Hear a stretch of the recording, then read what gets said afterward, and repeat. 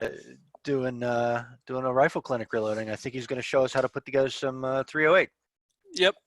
It All is right. your Well, show. welcome. Thanks for showing up. This Hi, it's me. Now I'll get out of the frame since nobody needs to look at that all day. Last week we went over just basic loading straight wall pistol cartridges when we did 38 special, because it's very simple, and if you follow directions, it's hard to mess it up. Today I'm going to do a rifle cartridge, because loading rifle is a bit different. There's a few more steps involved with prepping the brass. The preparation is the biggest key to loading rifle rounds versus pistol. Pistol, you just clean it, decap it, resize it, and continue on about your day. But with rifle, you have many more considerations. So without further ado, let's just get right into reloading some rifle. So the first thing you're going to do is you're going to get your brass. I tend to I pick up range brass if I find it, but when I'm loading 308, if it's going to be for my precision shooting, then I stick with brand new brass that I've purchased. I buy Hornady or SIG or whatever I can find, and I keep those cartridges separate, and then I keep track of how many times I've reloaded them, and all those variables. If it's just plinking ammo for like my AR-15s, I just pick up range brass and inspect it and run it. But the first thing you're going to do is you're going to get your brass, whether you picked up range brass or it's its origins, and you're going to inspect each piece of it. You're going to look, and you're going to. I would recommend inspecting it each step of the way, just for diligence. But you're going to look for split case necks. You'll see a vertical split right. Oops. Let's see if I can show this better. Right along this part, the neck of the cartridge, and that's just plain worn out brass where it's been sized and shot and resized enough times that the brass gets work hardened and brittle, and it just cracks. You're also going to want to look for big dents in the cases. You're going to want, big creases. I don't like to load anything that's got a big dent on the shoulder. I can show you I got a big cartridge here. Anything in this area right here in this shoulder, because that's where it's fitting up into your chamber. So I try to be careful of finding or loading brass that has that in there. I just scrap it. You're going to look for big gouges. Anything with a crease in it, I don't reload. I just scrap it. It's not worth the trouble or the danger of splitting a case. Down here, you're going to look around this ring here for case head separation, where the bottom of the case. Bring it just a wee bit closer to the camera. I think with that size round, we'll be able to see everything. Yeah, so right up in here, case head separation is a bad news, but you're going to look for any kind of stressing or bulging in this area here. If you see it, just scrap the brass. If it came out of your gun, then you're going to want to understand why that's happening. But anyway, so inspect your brass. That's the first thing you do. I throw mine. I have two ways of cleaning it.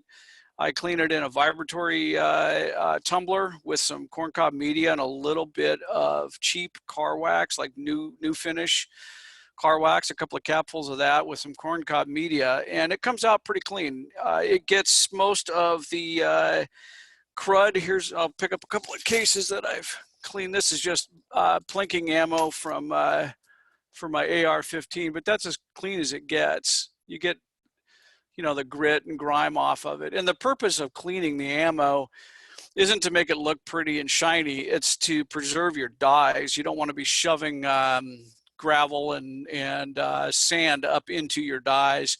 So,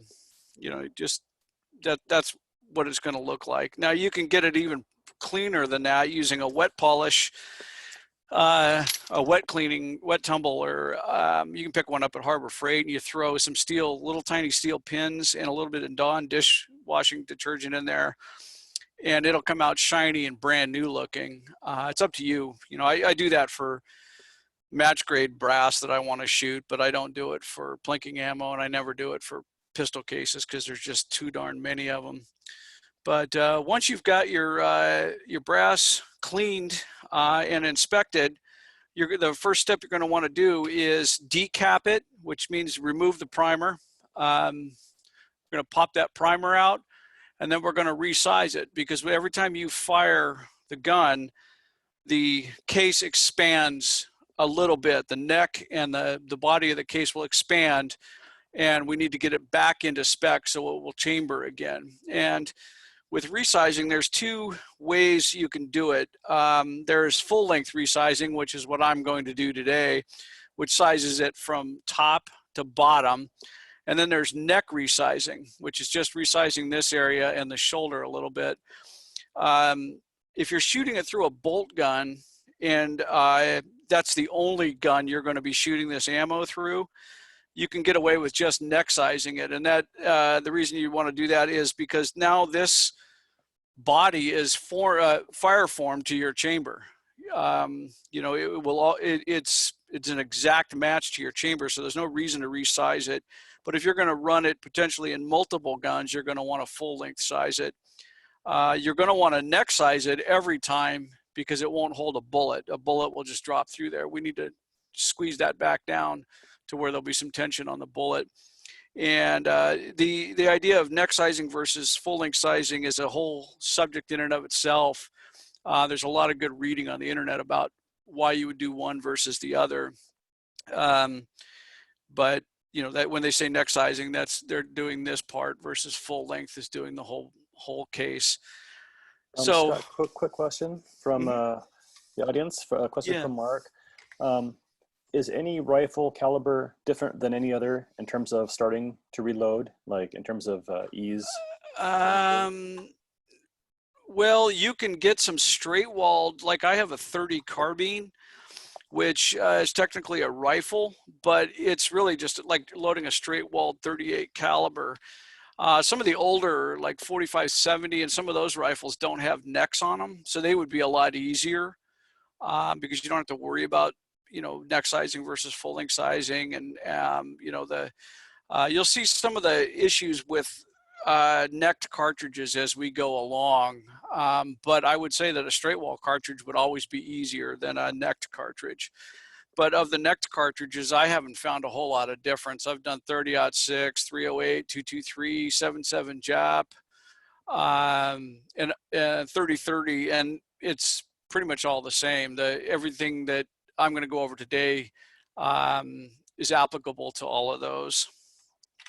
So the first thing we want to do is we want to resize this brass. So you're going to want a shell holder.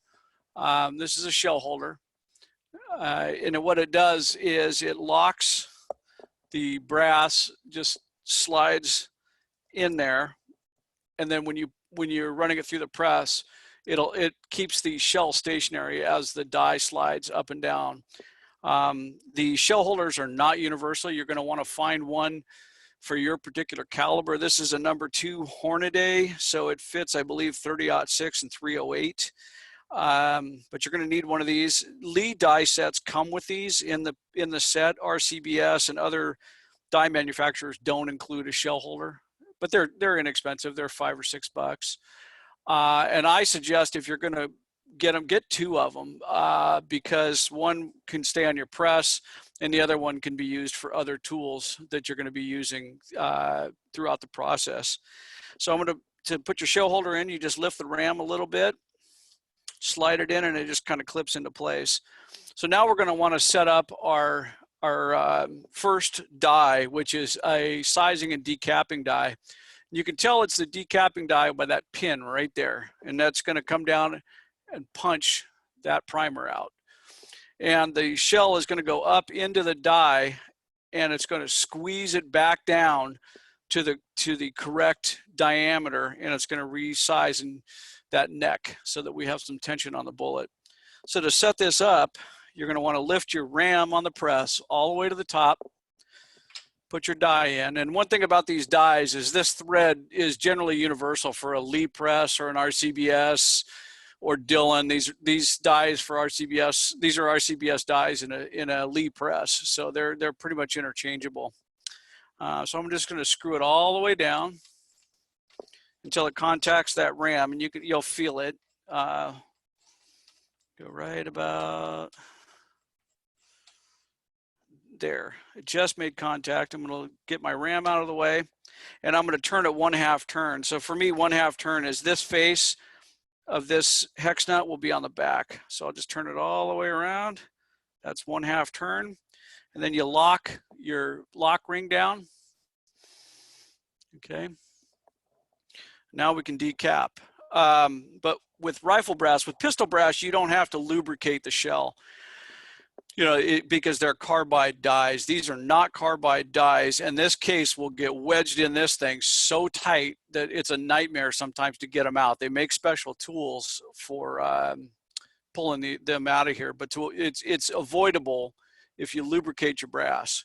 So I use something called Imperial Sizing Wax. Another one that I use that I really like a lot is this unique case lube. You'll see it's a kind of a waxy-like substance. It's just a little softer than a candle wax. But what you do is you just take a little bit of it. You just kind of rub it on your fingers like so. And then you just kind of rub it on the body of the case. You don't want too much lube on there. You just want enough to make it slick. Too much lube and you'll kind of hydraulically crush or dent these cases. You get too much on there and the lube can't go anywhere, so it'll actually dent the case. So once you get a little bit on there, you slide it into your shell holder, lift your rim, push it all the way down. Did you see the primer pop out right here? I'll do a few more and show you. So that case has now been deprimed. Okay, so watch right. Let me make sure I got a little bit of lube on there. Watch right there and you'll see the primer come out. That pin's just going to pop it right out right there. Okay, so that one's been resized. And this case lube, this stuff goes quite a ways. I can do a little bit on my fingertips and I can do about 6 or 8 cases before I need to put any more on there. There it is. A little sticky. So now here's the one that you might think that case is damaged. You know, see how that it's kind of flattened. These things get stepped on at the range, and sometimes ejecting from certain guns, they get a little bit dented. But that one will actually resize. So let me go ahead and get some wax on it. Run it back up through my die. And you'll see now that it's round. So we can use that. We can reuse that one. So let me get these all resized real quick. A little more on there. Run them up. And I'm putting these in this universal block here. For the rifle, I like to use these flat ones because it allows me to see down in. With these necked cartridges, it's difficult to visually check the insides.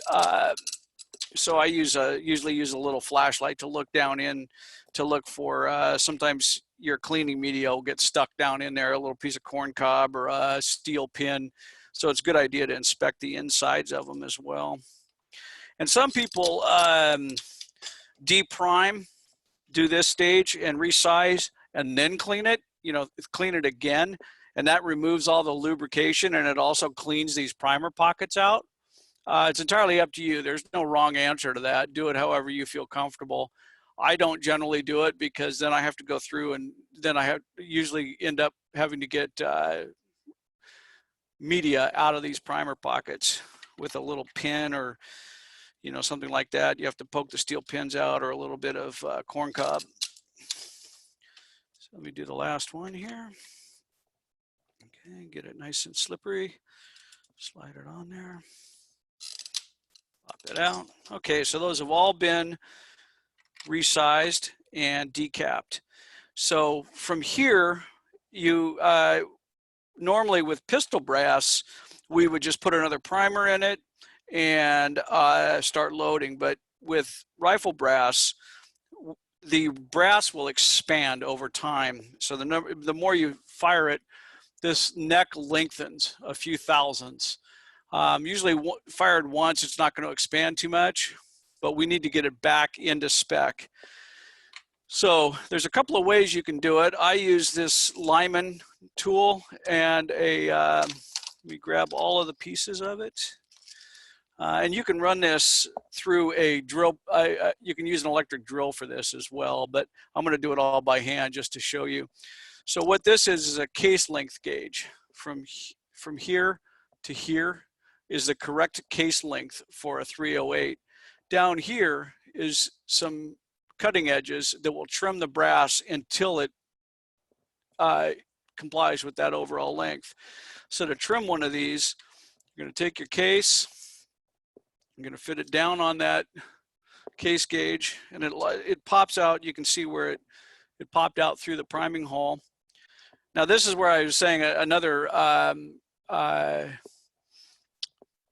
one of these is really handy to have, so I don't have to pull it out of the press. I can just put it on here.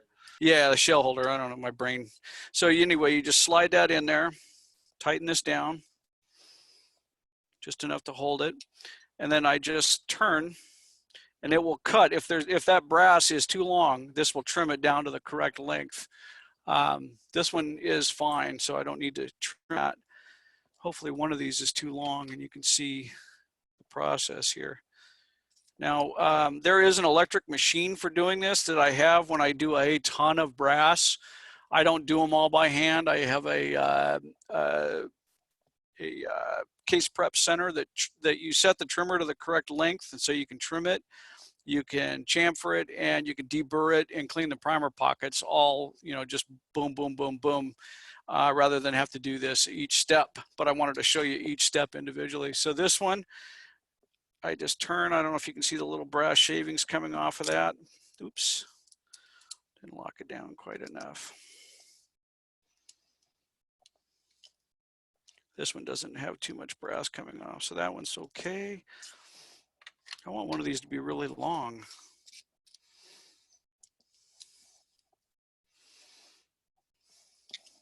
No, that one's fine. The other way you can do this is you can take your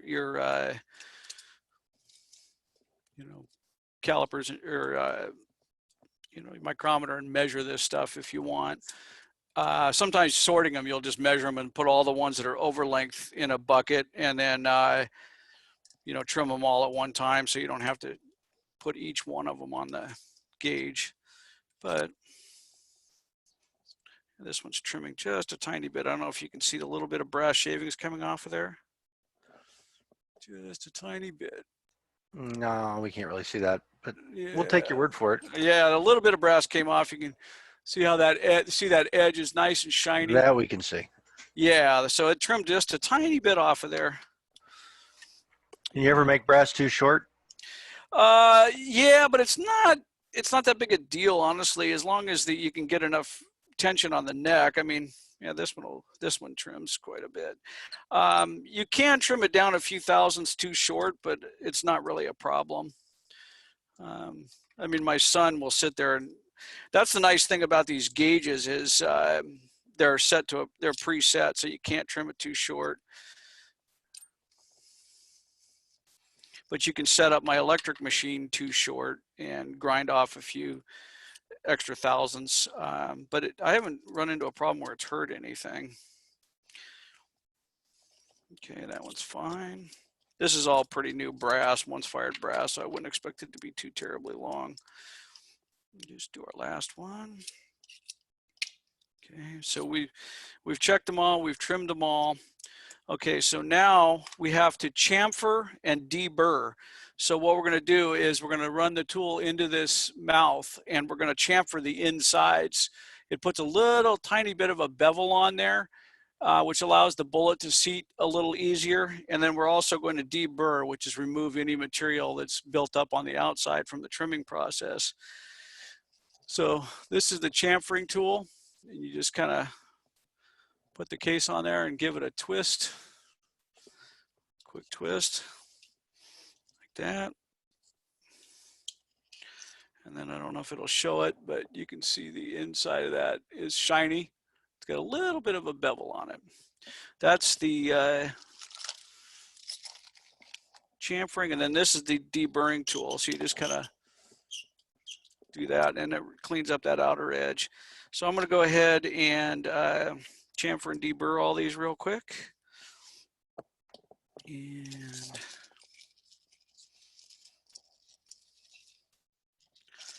tighten that up a little bit.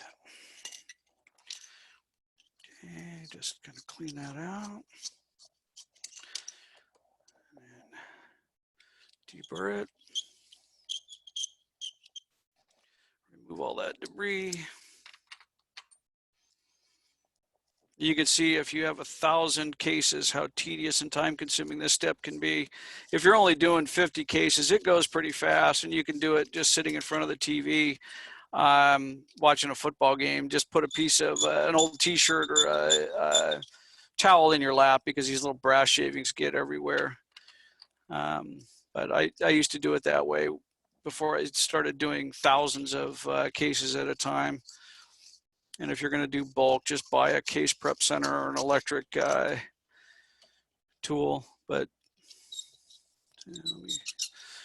okay, we'll just do a few of these. Okay.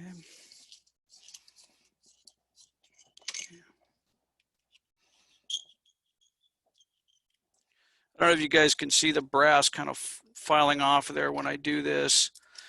There's a little bit of brass shavings on the bench now from this. But, all right. You bring that one, the last one, up close to the, not, well, I mean, when you do it, bring it up close to the sure, camera so we can see the whole thing once. Yeah. Get that one back. So I'm going to put that in there tight. I don't want to do that over my lube. That's probably a bad idea. So I'm going to turn it. You tighten it up a little bit. I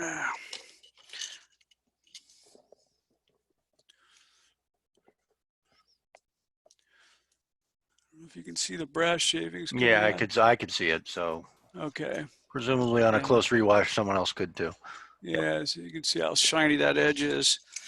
And it just puts a little tiny bit of a bevel. You can see the brass that gets built up on there. Puts a little bit of a bevel in there. One last one, then we're done with this tedious step. This is the worst part of reloading rifle brass, is doing all of this case prep. It's the part I don't like, but it's 100% necessary. Okay. So that's chamfered. Quick question while you're doing that. Special considerations for using military brass instead of commercial brass? Yeah, we'll get into that in the next step. All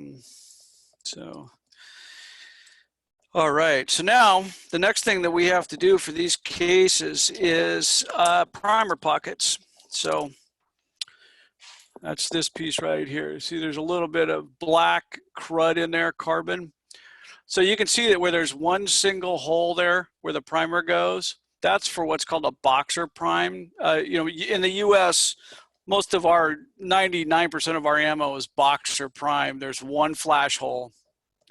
And on military brass, they put the primer in and then they crimp it. So I've got a couple of pieces of brass here that have a crimp on them. So I don't know if this detail is showing up. Is that too close? Is that in focus? Pull it up about 6 inches more centered in the camera. Right there, you got a shadow over it so we can see it. Not right there. I think I can see that. So there's three right here. You see that little bullseye looking mark right there on the shell? Yes. Right.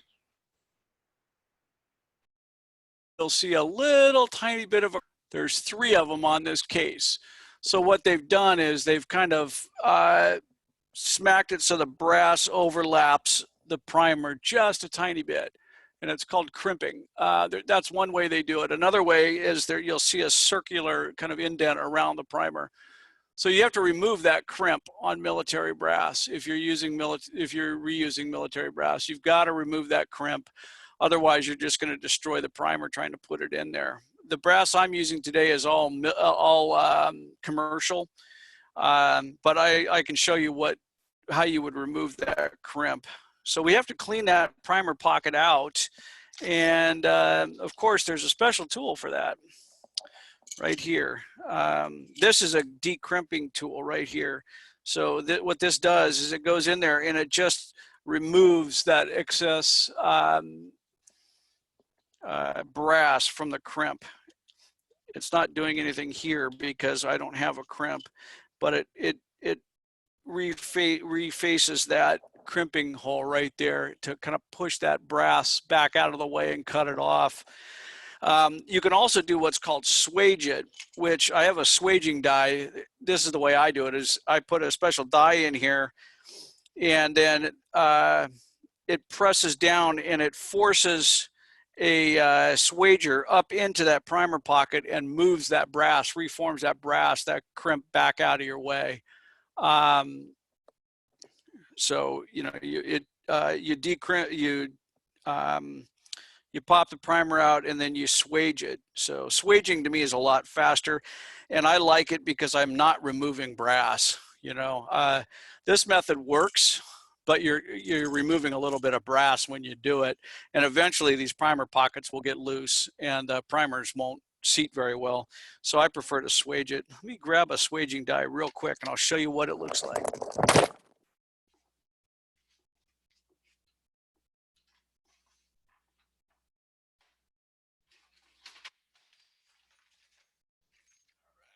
Hey, Scott, a couple of questions for you while you're getting that.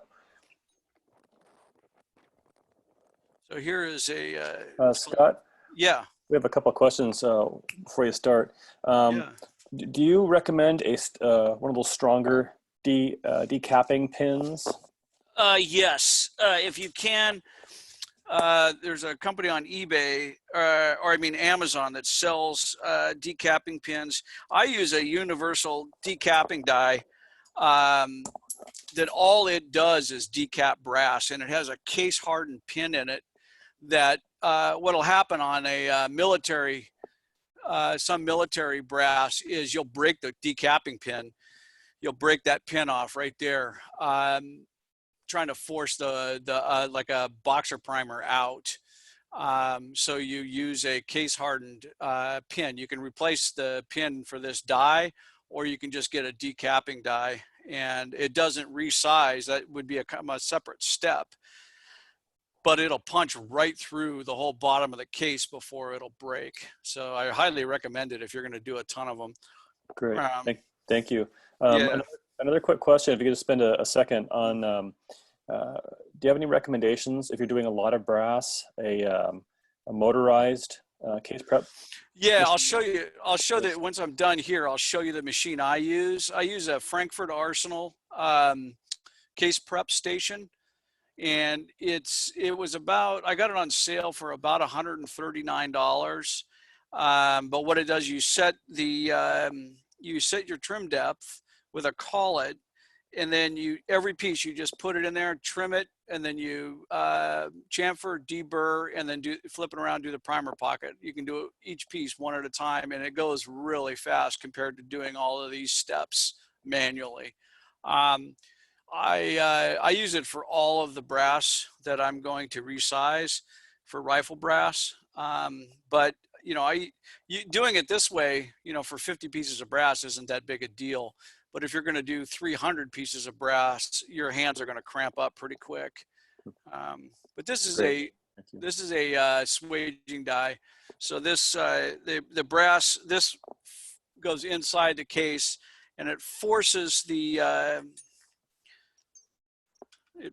case down on top of that, which fits in the primer pocket like that, and it forces it down on there, and it reforms that primer pocket and removes the crimp. So these are really handy if you're going to do a lot of brass, military brass. Get a case pocket swager. swaging die. But there's other solutions to the problem. That's just one. That's the one I chose. But it's, you know, there's other ways you can do it.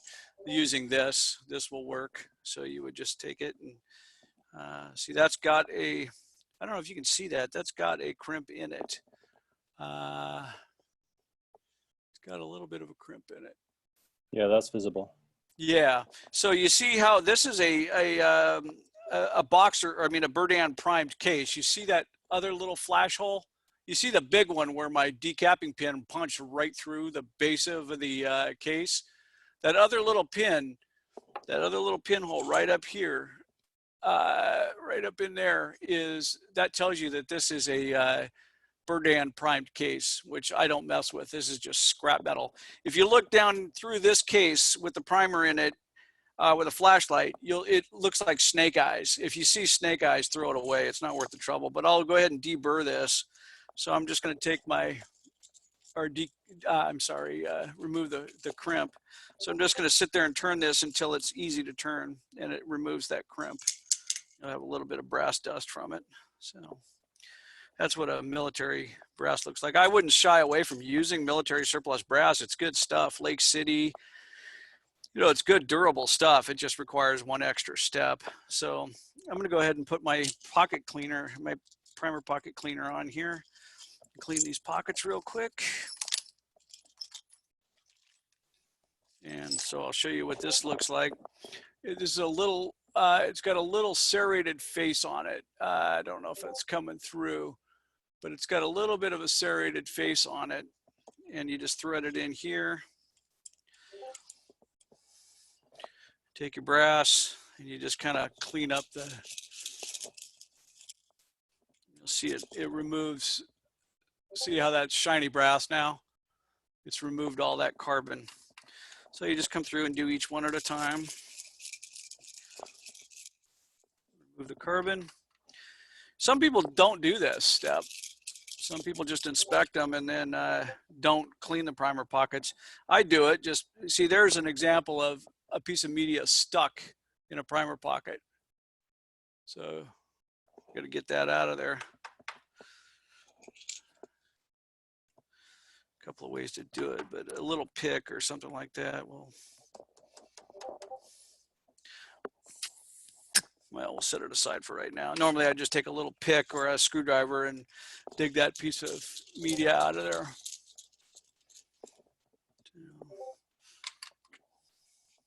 Keep going.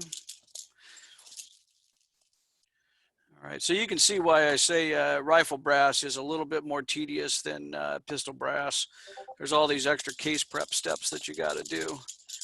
But you can make some incredibly accurate rifle, you know, see how clean that is. You can make some incredibly accurate rifle rounds, more accurate than commercial ammo if you take your time and do it right. So, okay, so that's all the case prep.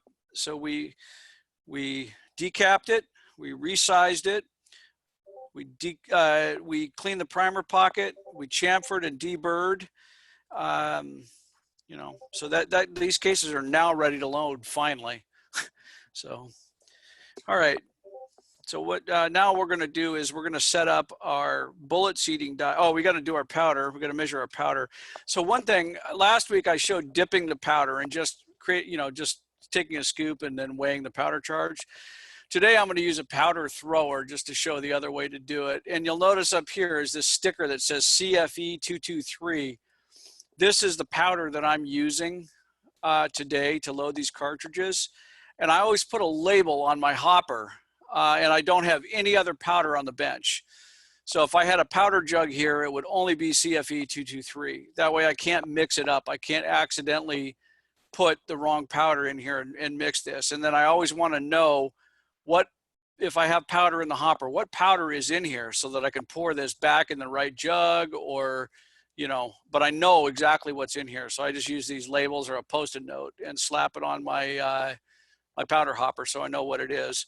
So now we got to decide. Oh, sorry. Hey, Mike or Scott, Yeah. Are you gonna prime them? Oh gosh, I'm sorry. I'm getting so far ahead of myself. Yeah, sorry. Once you pour that powder in an unprimed case, it's just gonna, Well, already. it's interesting. You'll figure it out quick. So I'm going to hand prime. This is the priming tool I use. It's a Frankfurt Arsenal. As you can see, I like Frankfurt Arsenal stuff. It's burly, never fails.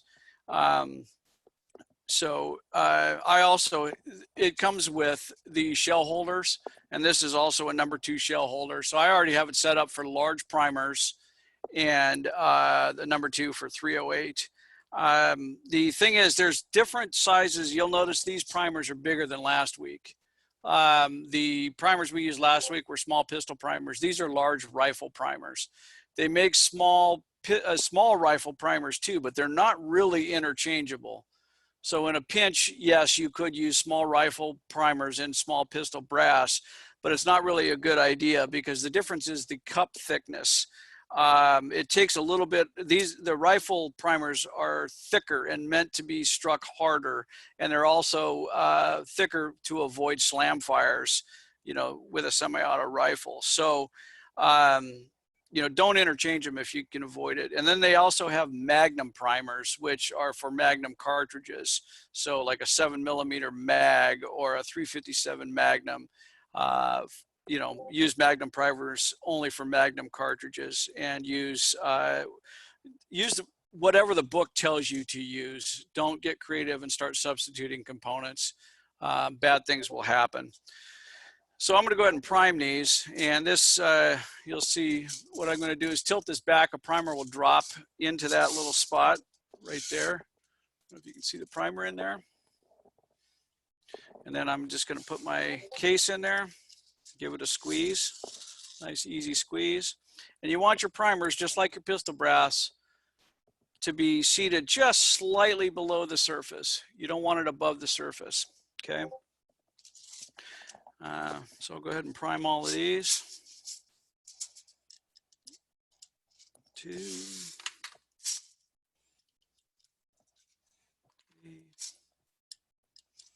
4, 5, 6. And last week we had some questions about priming on the press versus hand priming. And on my Dillon press, I prime on the press because it's pretty smooth and easy. The priming systems I've seen for the single stage presses are sort of hit and miss. Some work, some don't, and they're kind of finicky. So to me, I've found for my purposes, the hand primer is just a lot faster. I can sit there with a Tupperware bin full of prepped brass and just prime them, and throw them in another bucket. I can go through 1,000 of them pretty quickly doing it that way, but it's entirely up to you. You can prime them on the press if you want. I like this particular tool because it has an adjustable ram, so I can seat that primer seating depth. I can control that. If it's not quite getting them in there deep enough, I can put a little more tension on it and seat them perfectly. So, all right, thanks to Ed, we actually primed our cartridges. Now we have to decide how much powder and what. Oh, the peanut gallery was all over that, so I was just the messenger. Yeah. No, I'm glad that you reminded me. That would have been embarrassing. It wouldn't be the first time though. Anyway, trying to talk and think is not my strong suit. It's like doing math and shooting. It doesn't work for me. But anyway, so our brass is all prepped and primed and ready to go. Now we have to decide how much powder to put in there. I like this CFE 223. I've used it a lot. I use it for 223, of course, and I found it to be pretty good for 308. And we're going to shoot today. We're going to load up, put that out of the way, this Hornady 30 cal 168 grain boat tail hollow point. That's the bullet that I plan to load. So just for the record, let me get something on my screen here out of the way. So for that particular bullet, I have a Hornady reloading manual. So I'm going to look it up and we're going to find the information. So I've already got it marked right here. I don't know if this is showing through, but I have 165 to 168 grain bullets. I'm going to find the bullet I'm using here, or as close as I can get to it right here, 168 grain boat tail, hollow point match. So it's telling me my case overall length, my finished cartridge length is going to be 2.800.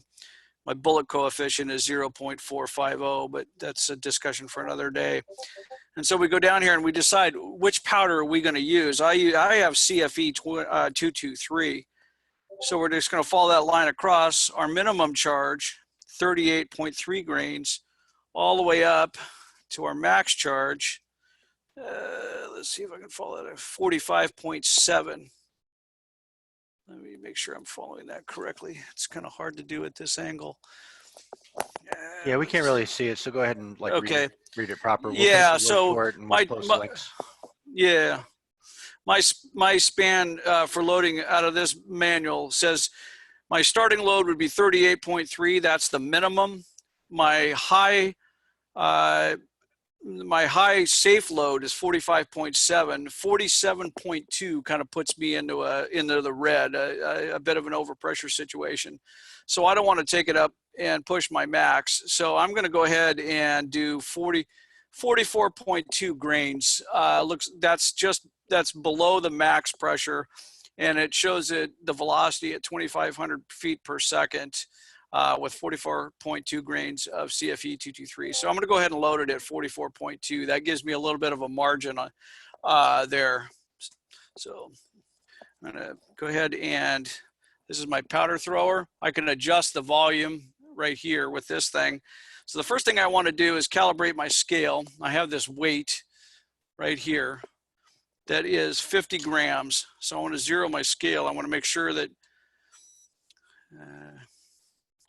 put it back into grams. And so my scale, you can't see it, but it's showing that that is weighing at exactly 50 grams. So I know my scale is correct and it's been zeroed. I zero the scale with the little dish on top of it so that I can just pour my powder charge in there.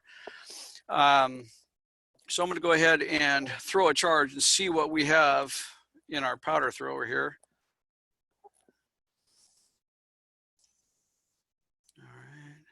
So we're only at 40.4 grains.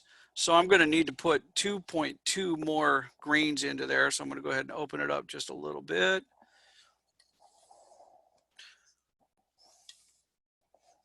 Let's see where we're at.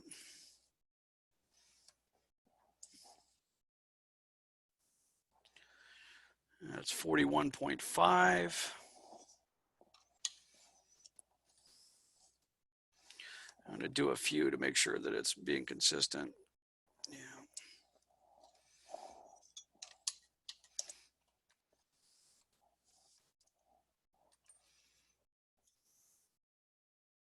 Okay, yeah.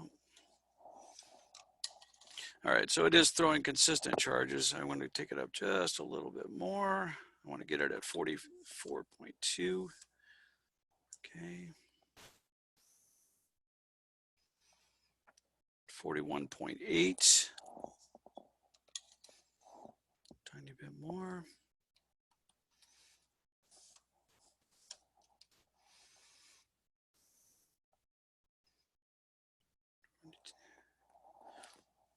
Turn it up just a little bit more. This is a tedious part too, but once you get it set, you can rock and roll. All right, 42.7. Take it up a little bit more.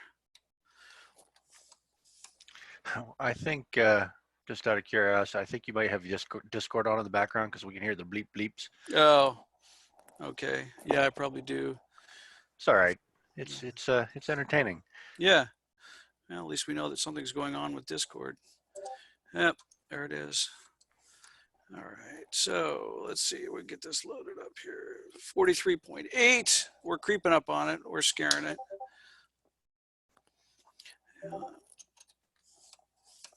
Okay. 44.6, back it off just a tiny bit.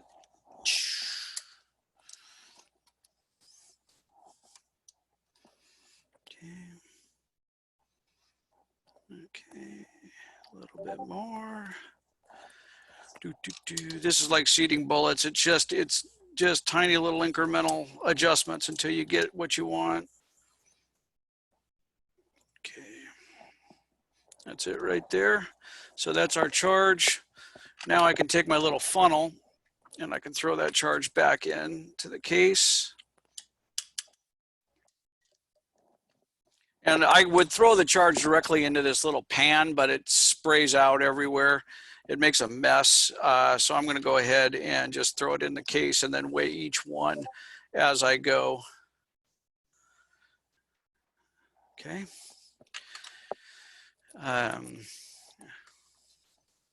And with rifle, precision rifle, I weigh every single charge. With plinking 223 ammo, I don't. I check about every 5th one, and then once it's really consistent, I check about every 10th one. But with these, I want them to be exact. So I'm going to go ahead and weigh every single charge.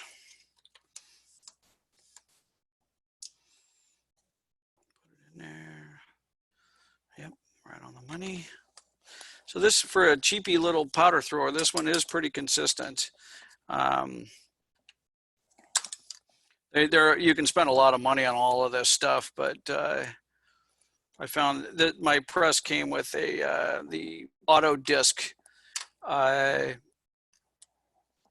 thrower. And I found it to be really tedious to sit there and swap discs to find the exact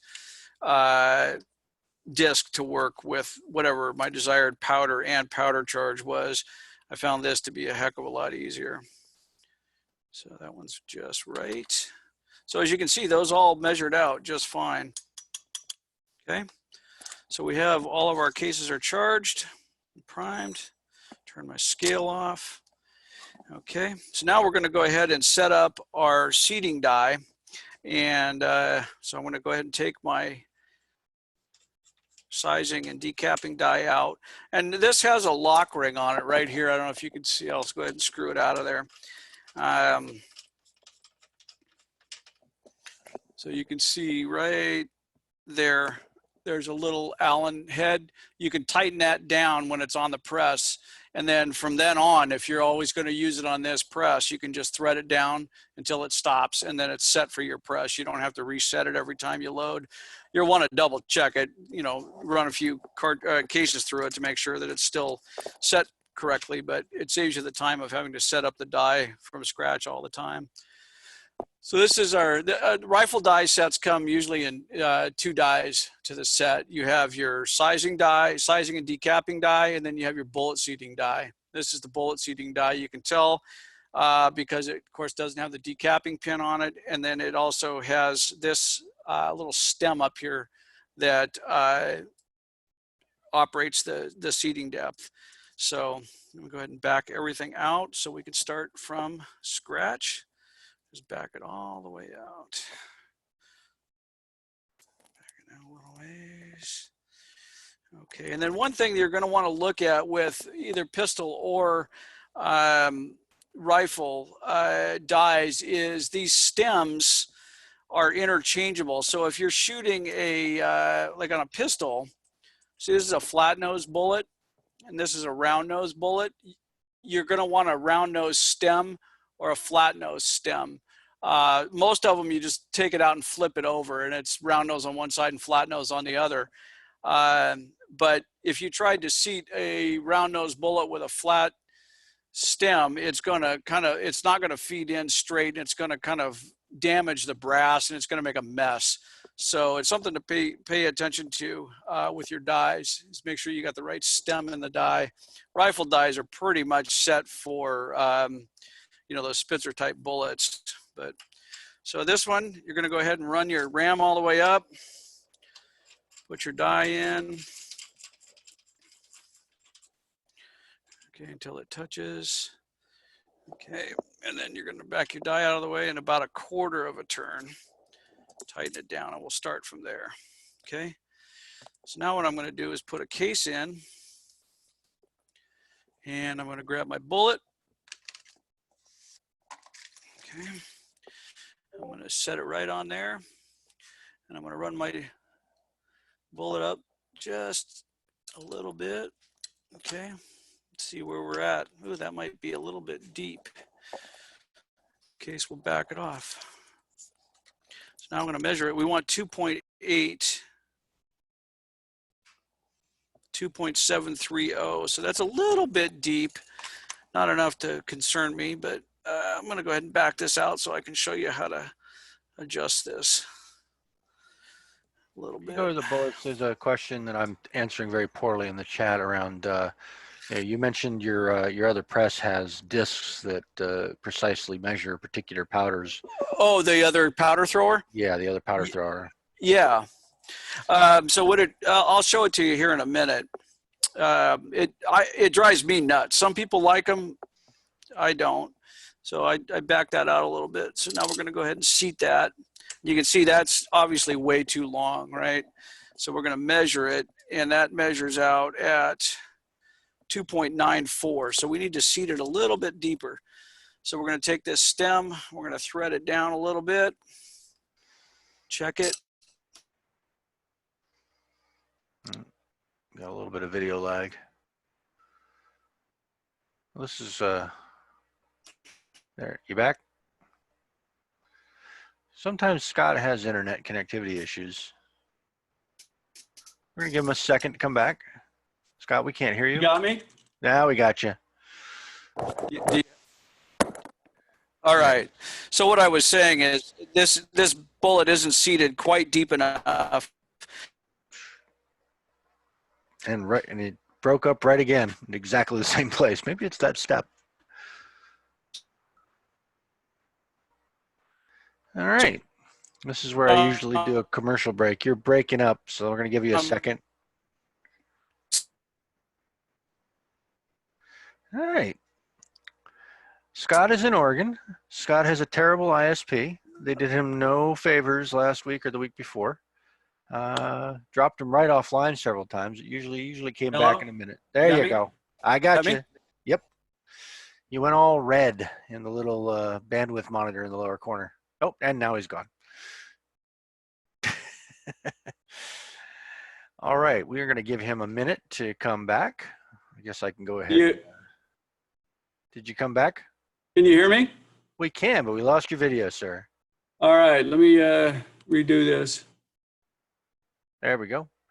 You got me? I got you, and I got to make sure that we are indeed stickying your video. Can you see me now? I can. Can you hear us? Yeah. All right. Sorry about that, folks. That's all right. Back to the show. I hate CenturyLink with every fiber of my being. So what I was doing is running that stem down, and we're still a little bit not quite deep enough. I'm at 2.91. I want to be at 2.8. So I'm going to take my stem and run it down just a little bit more. Seat it again. Measure. A little bit more. Give it about a half a turn. Keep going.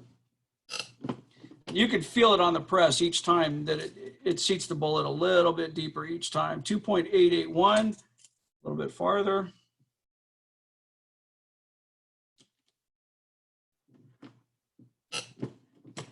Where are we at now? 2.866. Go down. Okay. Now let's see here. 2.846. So we're going to go a little bit more.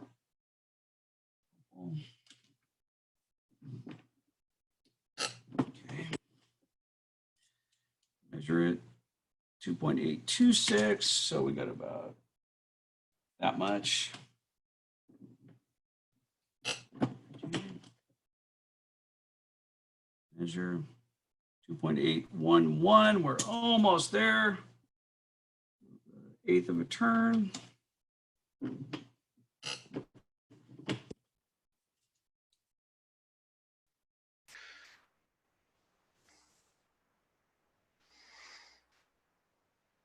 Maybe a little bit more. What if you go too far? What's that? What if you go too far? Then you get a bullet puller and pull it back out. I'll show you a bullet puller. 2.803, just a tiny bit. This, you know, you can be 1,000th off. It's not going to kill you unless it just flat won't chamber. That's right on the money. So that's how you adjust this die. And then you can take this little lock nut right here and lock it down. Okay. That one back in there. Take our next one. Put a bullet in there. And this is where we chamfered it. This is where that helps that bullet sit in there. These are boat tail bullets, so they're a little easier to kind of set down in there. But let's measure that. Yep.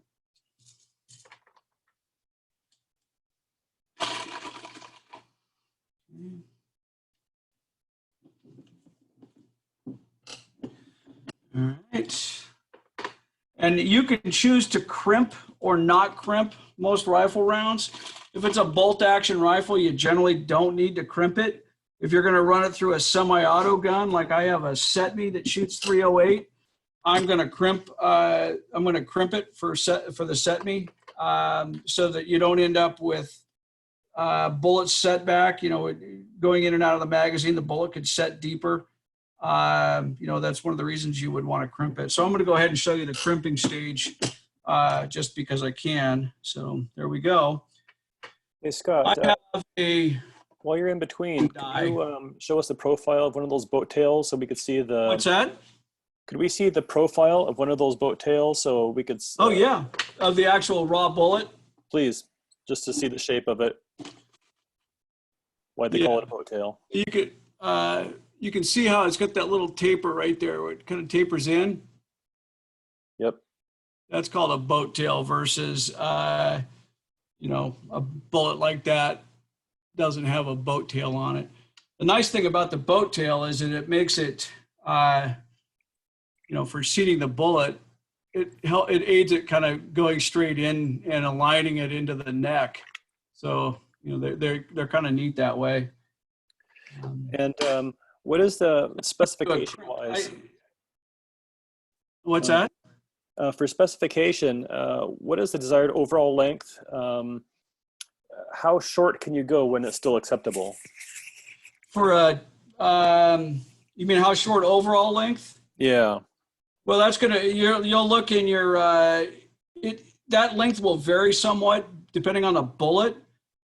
Different bullet profiles will have a little bit different length, but that's kind of a whole different, bullet seating is a whole art and science in and of itself. I just go out of what the manual tells me.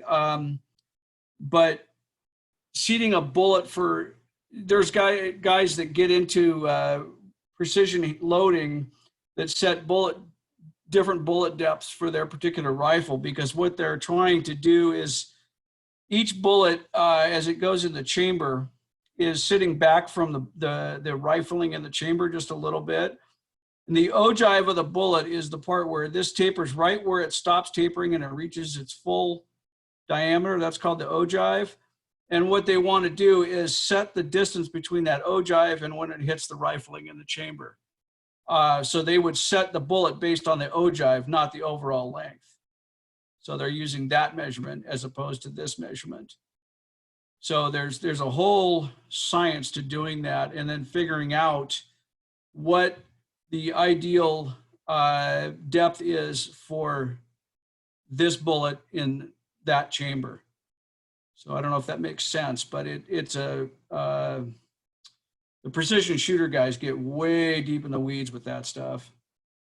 I just go by the book. Did that answer your question? It did, thank you.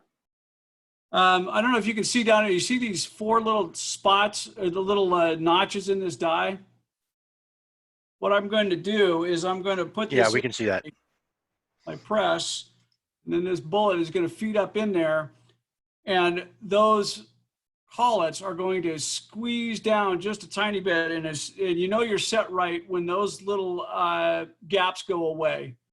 That's as tight as it will go, and it puts just a tiny little bit of a crimp right here where the bullet enters the case mouth. And that's just to hold it in place a little bit and keep this bullet from setting back or getting pushed back into the powder and compressing it. So I'm going to go ahead and just show you how to do it. It's not necessary because these will probably be run through my bolt gun, but I figure since I've got the die and I've got the time, we're only like 10 minutes over, right, Ed? Oh, I wasn't going to call it just yet. You're only 6 minutes past. Down until it hits the die, maybe another half a turn. Lock it down. Put my bullet in there. And now I'm looking down through the top to see if those gaps are closed. Not quite. So I'll take it down just a tiny bit more. Tiny bit more. There we go. So I don't know if that shows up, but there's a little bit of a crimp, but right there. Yeah, there's too much of a That keeps glare that on bullet. it. If you hold your hand Yeah, in it's front of it, we might be able gonna to see stop it. working with shiny stuff. Yeah. But you don't want to put enough of a crimp on there where you damage the bullet or where you put indentations and stuff in it. You just want enough to press the brass down a little bit to give it a little bit of a snug grip on the bullet. So that's just crimping it. So now those are ready to shoot, ready to take to the range and fire. You can also go ahead and retumble them when you're done if your brass is all ugly, if you care. I do it sometimes if my range brass is kind of grody looking and it has lube all over it. I'll retumble it just to clean it up. But go ahead and crimp all of these so everything's consistent. But that's pretty much it for rifles. You can see that it's the same but different. There's all the case prep that you have to do versus a pistol. But don't let it scare you. Just go through it step by step, and don't fail to omit priming the cartridge. But you'll find out. You'll know soon enough if you do. But anyway, that's it. That's loading rifle from soup to nuts. It's the exact same for 223, 308, any of the rifle cartridges that I shoot. That's what I do with them. That's how I process it.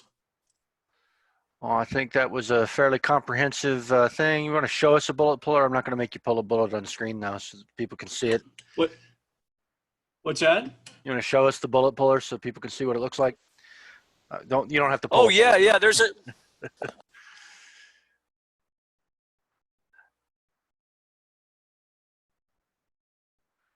You gonna pull one? If we lose his audio, I think we lost his audio. Yeah, he accidentally. Can you hear me? There you go. Now we can hear you. You're all set. All right, this headset's going to go the way of the dodo here after this. So you put your bullet down in there like that. Yeah. And there's a collet. You tighten this ring around. Now this isn't the right collet for that bullet. But then you just give it a smack whack. it. Yeah. Inertia pops that bullet out and all the powder falls out. This is an ungodly tedious way to do. If you screwed up 100 bullets, your penance is to have to sit here and do this. It is tedious and it takes several whacks sometimes to get it to do it. But I'd caution you not to. If you have any doubt about it, just bite the bullet. No pun intended. Also, I have a bullet pulling die that has a collet that goes down and snugly grabs the bullet and then pulls it out. That's a lot more effective and it doesn't damage the bullet. This won't damage the bullet either, but it's really boring to sit there and take your hammer and smack it in. I use the top of my vise, nice hard surface. Well, I think we're 10 past. So if anybody has any other questions, drop them in the chat. Otherwise, I'll unmute it. Everybody can give you the nice round of applause, and we'll pop this up on YouTube as soon as we're done. No questions? Going once? Going twice? Thanks very much, Scott. All right. Okay, well, thank you all. I hope it answered some of your questions. And don't think I screwed anything up other than not priming, but Ed thankfully reminded me to do that. Next week, people wanted to kind of talk about competitive shooting. And I figured I'd go over some IDPA stuff, which is what I'm most familiar with. I've done a little bit of speed steel and USPSA, but I figured I'd show you IDPA to begin with and just kind of talk about equipment and prep and rules and things like that. But if you have any topics or anything that you're interested in, post it in to the forum or to Discord. And if I can't do it, I'm sure we can find somebody that can talk about it. Yeah, we got a lot of folks on the forums and a lot of folks on Facebook who know lots of stuff about this. Scott just drew the short straw and had to do it on video. Yeah. All right, well, thanks very much. Thanks everybody for attending. And we'll see you online. All sorts of good places to talk to us. We'll talk to you soon. Good night, everybody. Bye. Thank you. Thank you.